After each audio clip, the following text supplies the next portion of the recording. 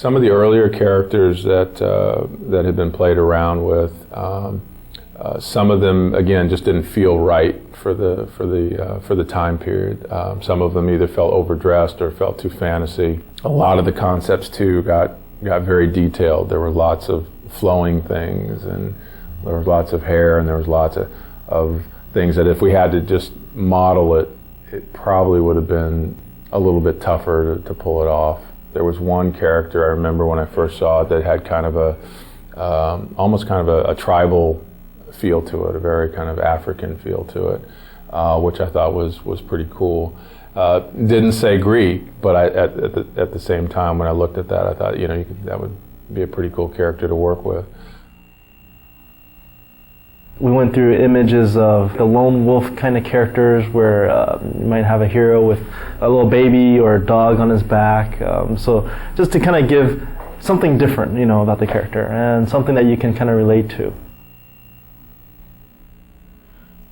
One of the original concepts behind the hero for God of War was to come up with a guy who was, his whole face was encased in a mask. And we thought that going with a mask would be being able to paint his face in broader strokes so that when you were playing the game, he still had a lot of personality and you could still sort of read that when you saw the mask. But when we actually got it in the game, it ended up feeling very soulless, and it didn't feel like the guy had a personality.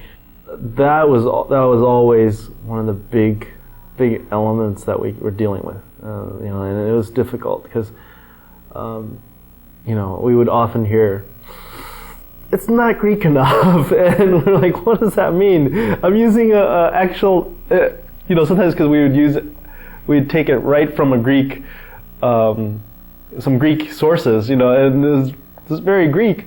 But I think what we really started seeing was, okay, no, it's not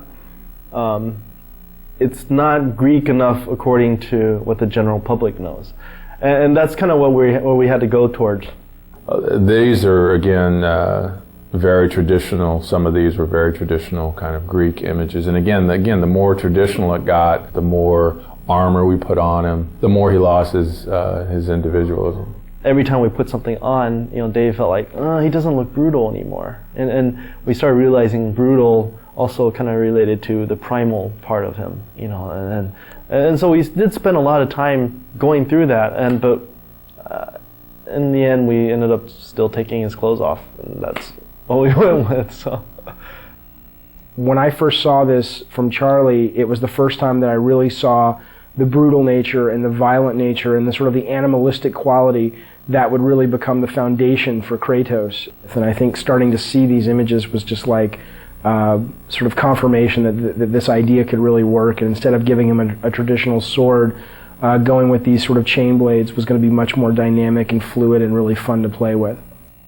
The main goal for the character in the game was always to create someone that looked really brutal and really nasty and really violent. Instead of sort of going down the traditional route of a iconic Greek hero with the plume helmet and the skirt and the toga and the sandals, we wanted someone who really made the player feel like he was being able to unleash his dark side. So the idea was always, how can we make him look more brutal? How can we make him look more violent and impulsive and nasty? And that desire always superseded sort of historical accuracy. So while you look at this guy and he may not totally feel at home in ancient Greece from a costume standpoint, I think he achieves the greater purpose, which is to give players a character that they can play who really does let them just go nuts and unleash the nasty fantasies they have in their head.